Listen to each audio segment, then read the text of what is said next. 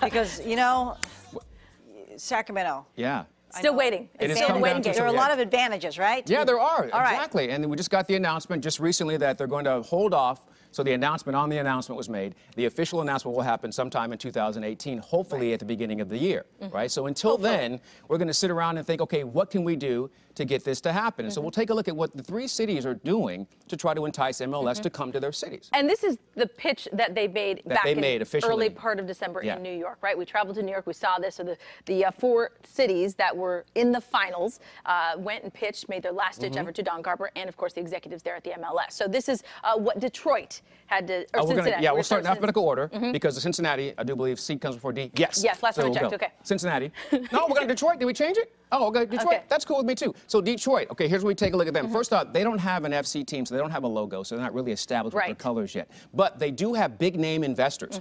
Dan Gilbert, who is the owner of the Cleveland Cavaliers and the CEO of Quicken Loans, is part of the ownership. Also part of the ownership, the one big name you need to worry about, Ford. Yeah. Oh. So they have no problem with money. Yeah, they got deep pockets. The Ford family is supporting all of this, all right? So they don't have to worry about that. They have 100,000 registered youth soccer players, so they believe that they have the market to grow with this soccer team. And it's already an established sports team. Detroit Red Wings, Tigers, Lions.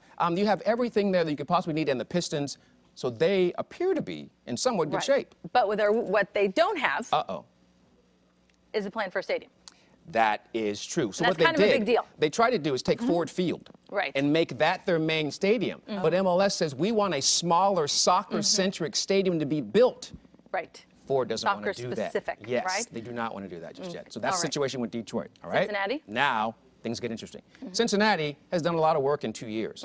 They have record-setting attendance in the past couple of years. They have averaged 21,000 fans each match this year, bringing more than 335,000 fans through. That's huge to show that you have the base to support your team. The city has pledged $51 million for infrastructure to build a brand new stadium, and it is Cincinnati. It's also a major sports town. That's right, but what they don't have...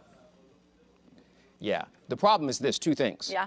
One, Nashville was already selected. Right. That region already has a team now. MLS is not going to go to the same region, possibly not to the same region. And they have an issue with their stadium location. They don't really have a prime location yet as to where they're going to build the stadium, and that's really paramount for MLS. Yes. So then we get to Sac Republic, which, as you know, I'm a huge fan of. All right. So the 3 things that the MLS wanted, of course, was a stadium deal, a fan base, and a strong ownership. Well, we checked off all those boxes we've been talking about since this journey began, right? All right, so here's what we've got so far. Privately funded, nearly 20,000-seat stadium.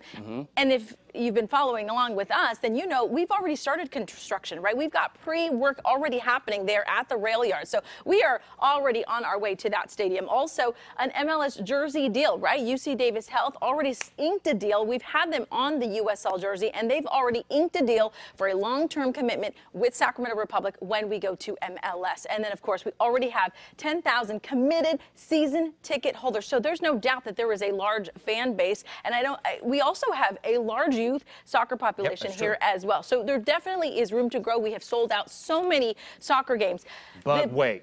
Yes. There are some problems. The issue, and we've heard this, right? We heard this from the commissioner, and of course, one of the things that we heard from the mayor also talking about is the deep pockets, right? We do have Kevin Nagel and the whole his crew, but you need a billionaire investor to step up. Why? Because the price has increased. When we started this back in 2014, it cost $70 million to get a new franchise. What's it cost now? $150 million franchise fees. And the stadium is about $200 million as well. So no doubt the prices have all gone up. But my fingers are crossed.